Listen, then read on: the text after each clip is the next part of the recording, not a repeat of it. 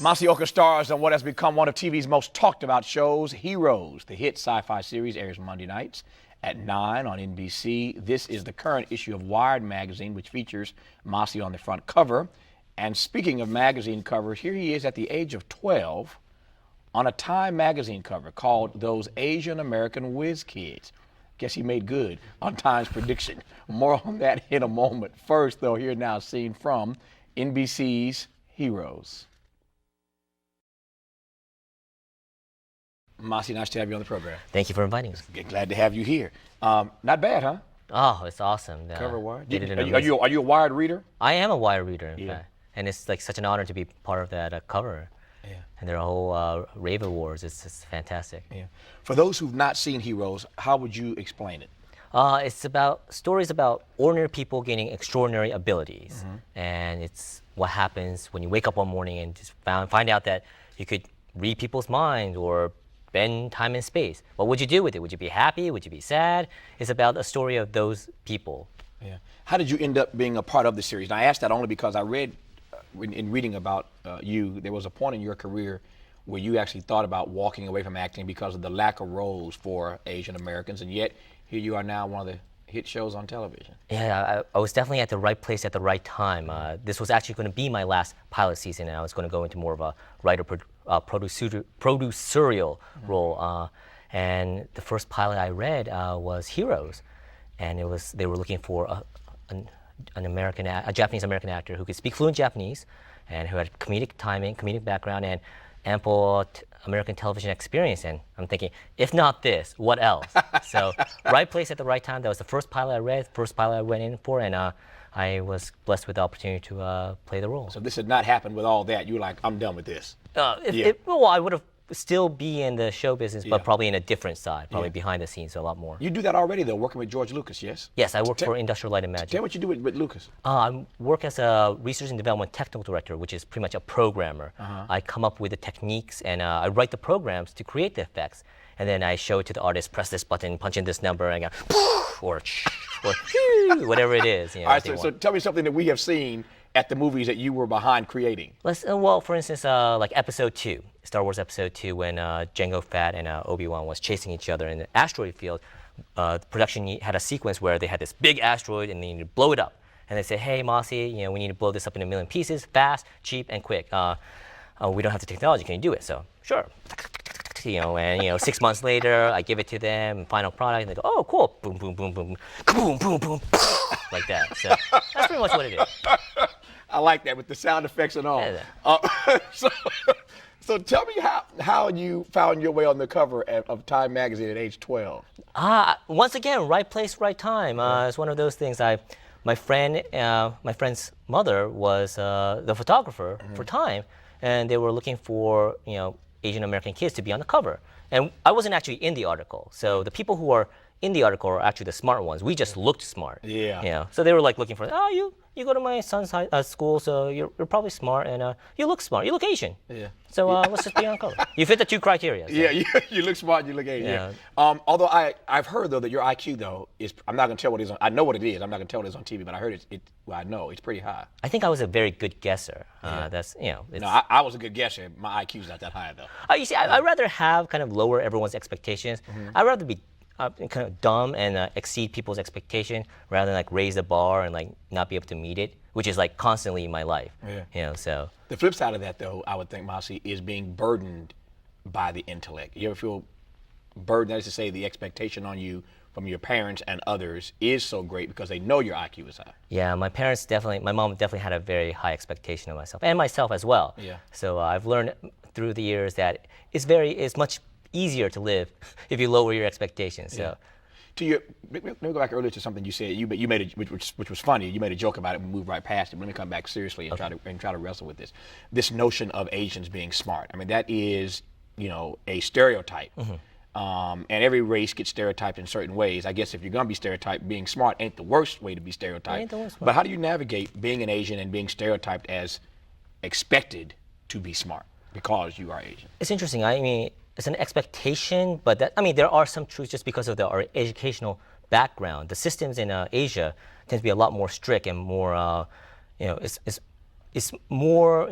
There's a higher expectation. The level of education in Japan, especially public education, seems to have a higher quality. But it comes more of discipline, and the educational system is a lot more stricter. They have a lot harder work ethic. But that's just a generalization. I mean, you see a lot of amazing Caucasian folks who are really smart. A lot of Asian kids who aren't smart at all. So a stereotype does come from some truth, but it's only a sampling of it. And I get, some of us kind of perpetuate the stereotype, and some of us don't.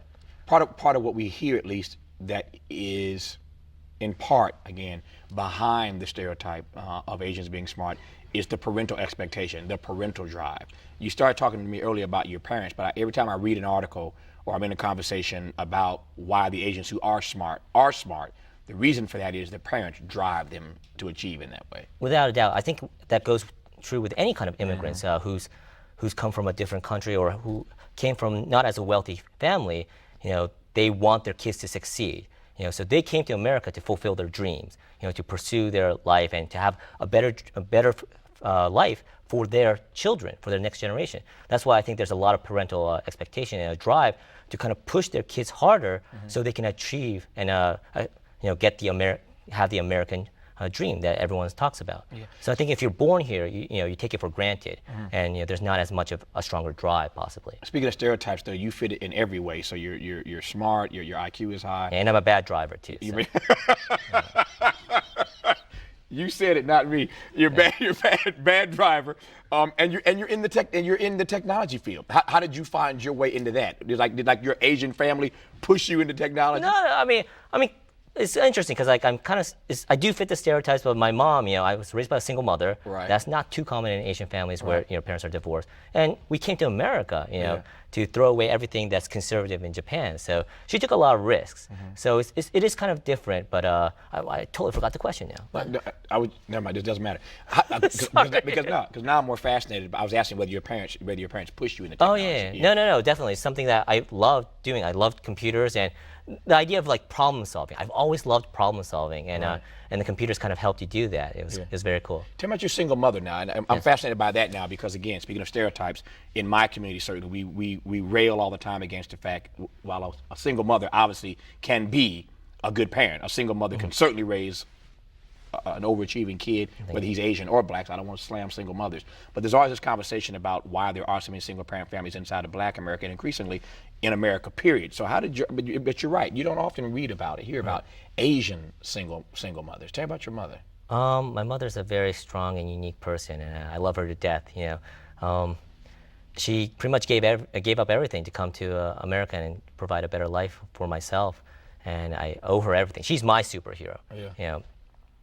My parents got divorced when I was 1 month old, so I've actually never met my biological father. And it was interesting because it was for the educational system. I did take the IQ test, and as I said, I had a good day and had it scored high. And my mother felt that in Japan, the standards are the minimum is raised high, but there's also a ceiling as well.